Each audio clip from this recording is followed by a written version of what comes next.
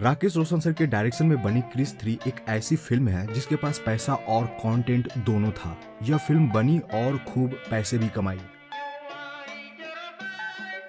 इस मूवी के VFX का तोड़ आज तक नहीं है। इस मूवी में दिखाए गए VFX बॉलीवुड के किसी और फिल्मों में आपको देखने को नहीं मिलेगी।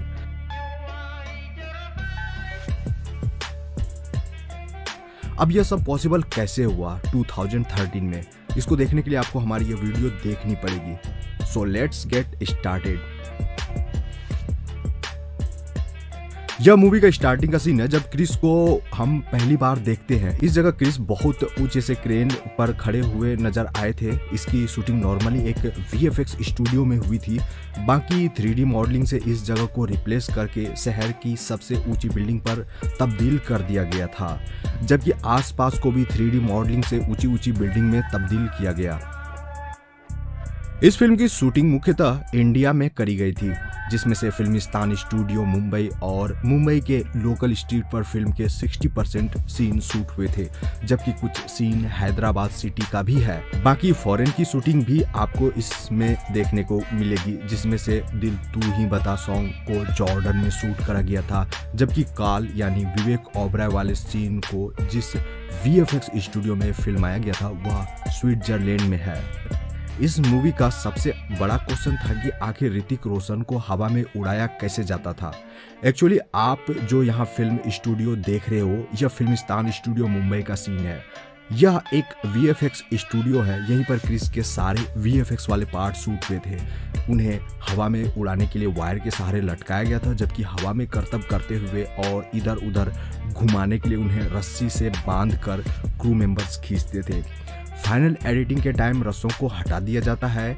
आप यहाँ ब्लू एंड ग्रीन बैकग्राउंड देख ही रहे हो, जिसे VFX टेक्नोलॉजी से रिमूव करके एक सूटेबल बैकग्राउंड में फिट कर दिया जाता था। काल और क्रिस के बीच होने वाले यह दमदार फाइटिंग सीक्वेंस को देखिए।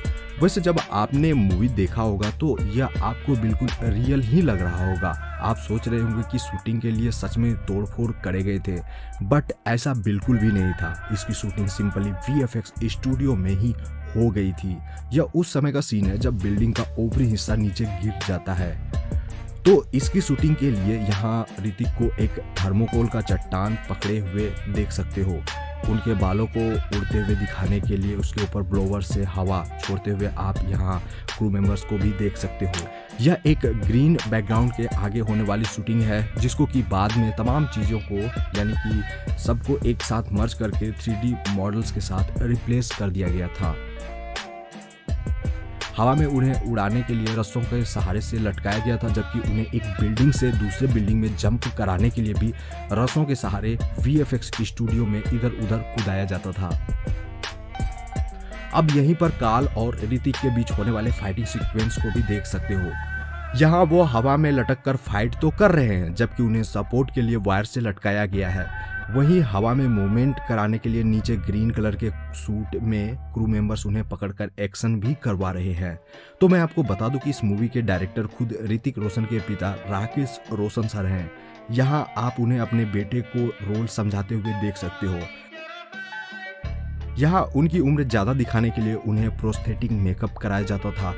एक्चुअली प्रोस्थेटिक मेकअप से उनके चेहरे को ज़्यादा उम्र का दिखाया जाता, जैसे कि झुर्रियाँ और बालों को कम दिखाना इत्यादि। इसमें काफ़ी समय भी लगता था। इस मूवी में कंगना रनौत ने काया का रोल प्ले किया है, जो कि खुद एक सुपर वुमेन होती हैं। उनका इस मूवी में काफ़ी ग्लैमरस अवतार देखने को मिला था। आप यहाँ उनके शूटिंग का कुछ पार्ट देख सकते हो। यहाँ पर डायरेक्टर राकेश रोशन सर उन्हें रोल समझा रहे हैं। उनकी यह वाली शूटिंग स्विट्जरलैंड के फिजिकल सेट पर हुई थी, जिसे कि लैब में तब्दील कर दिया गया था बाद में। उन्होंने खुद से ही फिल्म के सारे एक्शन परफॉर्म किए थे। Mind blowing. ऑफिस जाते वक्त यहाँ पर प्रियंका चोपड़ा और ऋतिक रोशन के डबल रोल को एक साथ देख सकते हो। यह सीन भी एक VFX स्टूडियो का है, जहाँ आप ग्रीन बैकग्राउंड देख रहे हो। इसे बाद में एक ट्रैफिक वाले रोड में तब्दील कर दिया गया था एंड बाद में बैकग्राउंड को चेंज करके एक भीड़ भाड़ वाले रोड में भी बदल दिया गया। डबल रोल वाले पार्ट को शूटिंग करने के लिए एक ही सीक्वेंस को 2 बार करना पड़ता है। आप यहाँ पहले ऋतिक रोशन को आगे बैठे हुए देख रहे हो कार के आगे, जबकि पीछे एक दूसरा बंदा है। फिर उनकी फेस को ट्रैक करके ऋतिक रोशन वाले एक्सप्रेशन को वहाँ ऐड कर दिया जाता था।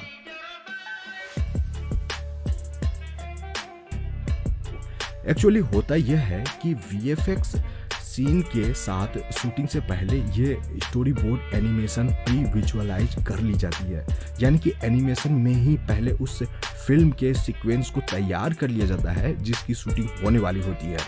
फिल्म मेकर्स को पता चल जाता है जिससे कि उन्हें एक्चुअल में करना क्या है, एंड फिर उसी के आधार पर फिल्म की पूरी शूटिंग होती है, जिससे कि गड़बड़ी का चांसेस भी कम हो जाता है।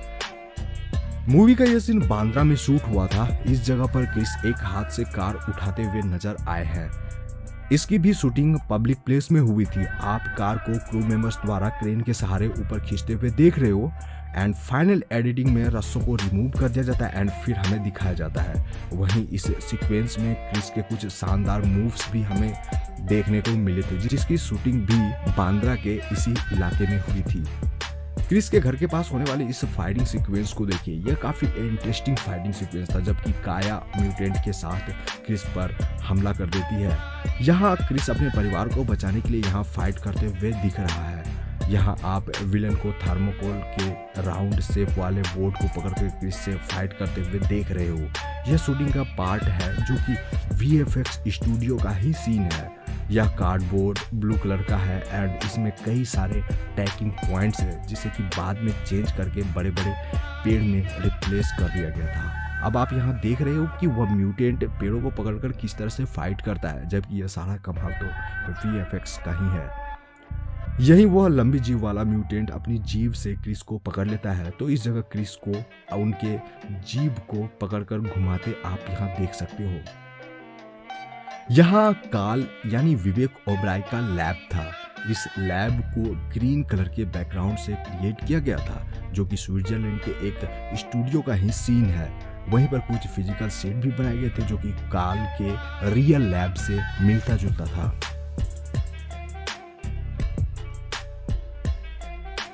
ऋतिक रोशन के गोद में एक बच्चे को देख रहे हो। यह वाला सीन हैदराबाद फिल्म सिटी का है। यह वाला शूटिंग पब्लिक प्लेस में ही हुआ था।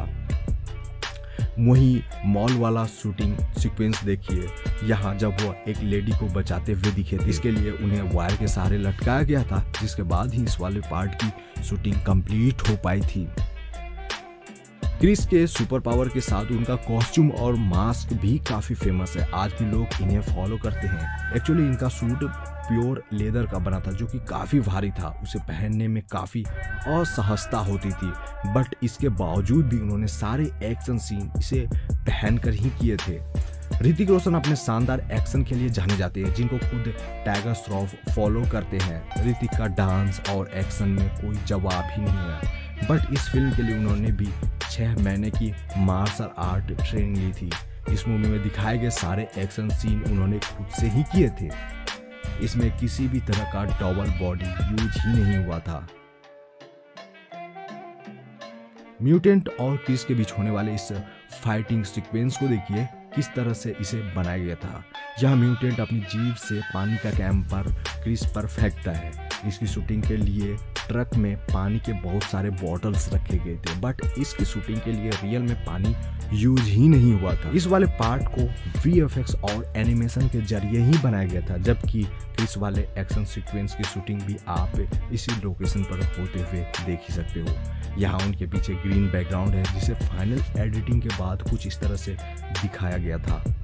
क्रिस की तरह काल के कॉस्ट्यूम को भी रियल में बनाया गया था। इसे मेटल और कपड़ों से बनाया गया था, जो कि काफ़ी हैवी था, बट ऐसा भी नहीं है कि पूरी तरह से उनका कॉस्ट्यूम रियल था। उसमें VFX और एनिमेशन ऐड करे गए थे, जिससे कि और भी वह भड़कीला दिखे। यहाँ क्रिस ऊंची ऊंची बिल्डिंग से कूदकर उस प्लेन तक पहुंचने की कोशिश करता है। इस सीन के लिए फिल्मिस्तान स्टूडियो में कुछ बिल्डिंग्स बनाए गए थे। उनके बैकग्राउंड में ऊंची ऊंची बिल्डिंग्स दिखाने के लिए और उसी बिल्डिंग्स को ऊंचा दिखाने के लिए VFX टेक्नोलॉजी और कुछ मैटिक पेंटिंग भी यूज किए गए थे। आप यहाँ शूटिंग के दौरान उसके बैकग्राउंड में ग्रीन कलर के पर्दे को देख सकते हो। इस जगह वह कूदकर उस एरोप्लेन के पहिए को पकड़ता है, तो इसके लिए रियल के प्लेन के पहिया और नीचे वाले पार्ट को शूटिंग के लिए लिया गया था, जिसको होल्ड करके यहाँ आप ऋतिक सर को शूटिंग करते हुए देख भी सकते हो। उसे सपोर्टिंग के लिए वायर से लटकाया गया था, जबकि दूसरी तरफ आप उन्हें उस लैंडिंग गियर को भी कंधे में उठाते हुए देख सकते हो। वह लैंडिंग गियर को स्टूडियो के अंदर लाया गया था, बाकी सारे पार्ट को मर्ज करके हमें मूवी में कुछ इस तरह से दिखाया गया था। हे गाइस, तो आप हमें बताइए कि रावण और क्रिस 3 में आपका फेवरेट कौन सा मूवी था। आप हमें कमेंट में जरूर बता सकते हैं।